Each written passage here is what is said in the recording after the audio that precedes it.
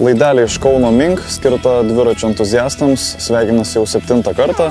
Na, o šiandien esu tikrai nuostabioje vietoje Kadagių slėnyje, kuriame lankosi daug dviratininkų kiekvieną savaitgalį. Smagiausi maršrutai vis tik tai iš Kauno yra nuo 3 mergelių tilto Panemunėje. Na, paskui pro Vaišvydavą važiuosite tikrai mažo intensyvumo keliu.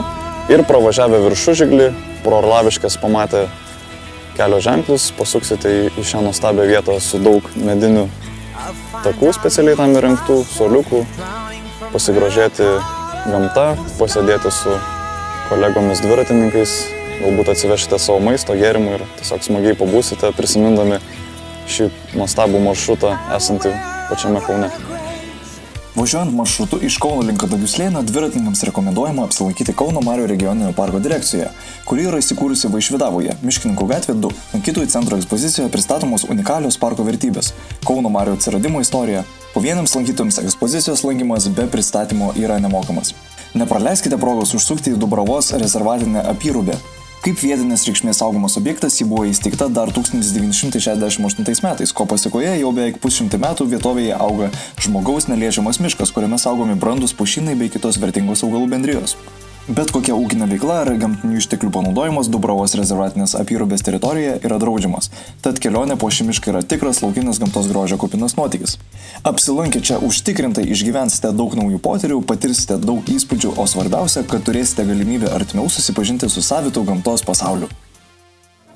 Kaune dažniausiai fikseriai lekia aplink miestą ir susitinka legendiniai vietoj, legendiniai tradiciniai vietoj prie Karo muziejaus, kur yra aptariami visi gandai, pletkai, žinios, naujienos, ar kaip jūs galite pavadinti. Šiuo metu esu prie 1881 metais pastatytų kaskadų prie Marvelės upės. Mano laikais vietinės merginos kviesdavo vaikinus į pasimatymą šiame slėnyje. Vaikinai mindavo su dviračiu tiesiai iš Kauno senamiesčio. Šis slėnis vėl buvo atidarytas turistams tik prieš 3 metus, nes šis slėnis buvo paverstas tikrų šiukšlynu. Bet ar dažnas kaunietis žino šitą užmirštą gražią Aleksoto grafystėje esančią vietą?